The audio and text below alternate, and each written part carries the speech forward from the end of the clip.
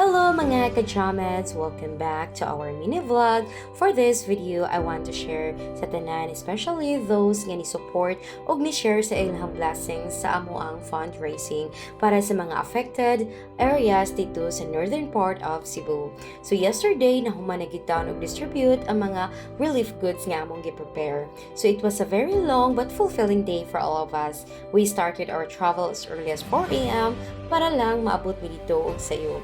And thanks God, smooth ra gid amo ang biyahe. The roads going to the northwest were clear and possible. Grabe gid ang full force namo, headed by Carisi Quizon Iwikan, with the full support from our barangay captain, the barangay officials, and those who helped during the distribution. Thank you kaayo sa inyong cooperation and of course the dedication. Pag-abot na mo sa tablalan, mura jud kumutin akong dughan makakita, especially the kids nga nagunit sa mga sign nga help me, we need food, we need water. Grabe dili gid malikayan nga makatulo jud ang imong luha.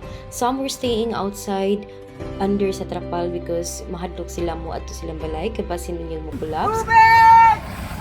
Ang singgit sa mga katawhan kay tubig yun ang ilang unang gipangita kay mao jud ang need kaayo sa area. So madaghang mga balay ang nga tumpag ug makita gyud nimo ang kalisod sa ilang kahimtang. Labi na gyud sa mga tawo nga naara gyud nagpuyo sa gawas sa ilang balay nga nagtrapal na lang in town. Pag-abot na mo sa amo ang destination, dako kaayo taon ang katawa sa mga tawo nga naghuwat ug dako sa kay pasalamat sa among ikaanggang mga kapitan dito sa Daan Bantayan, Barangay Bituon nga mao gyud taon ang nagtabang namo nga matapok ang mga tawo nga layo-layo gyud sa karsada.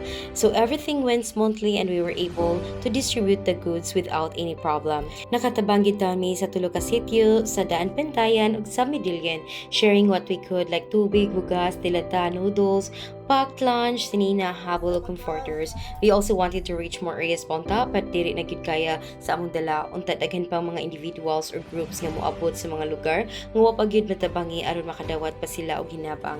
Even though it was a risky tungod sa mga aftershocks of possible landslides, we still took the risk kay hibaw mi nga naa ang Ginoo nga mag-guide namo. Some people might say nga giadto lang namo ni para sa content pero dili ta nag content para lang sa views. Ang uban sama namo nagi kasing-kasing nga gusto mo tabang. We use this platform not just to share stories but to reach others who also want to help. Dili man midagko nga vloggers pero bisan gamay ra among followers, thankful kaayo mi sa mga tawo nga nisalig ug nihatag sa ilang mga donations. Without you, dili ni mahimong possible. Dako po na akong pasalamat kang Ate Risi sukad pa sa una tinabangon na kay siya, labi na karon nga daghan ang kinahanglan.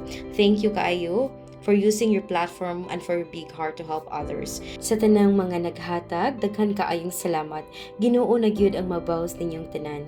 Sa mga taga-norte, we continue to pray nga makabangon mo, safe mo permi ug daghan pa unta mga moabot nga blessings para ninyo. Padayon lang ta sa pagtinabangay kay bisan gamay nga tabang kung magkahiusa tang tanan dako kaayong epekto. Together, let's continue to spread hope and kindness. Daghan kayong salamat sa tanang mga ni-view, sa tanang mga ni-share sa itong post, at sa tanang mga ni-suporta.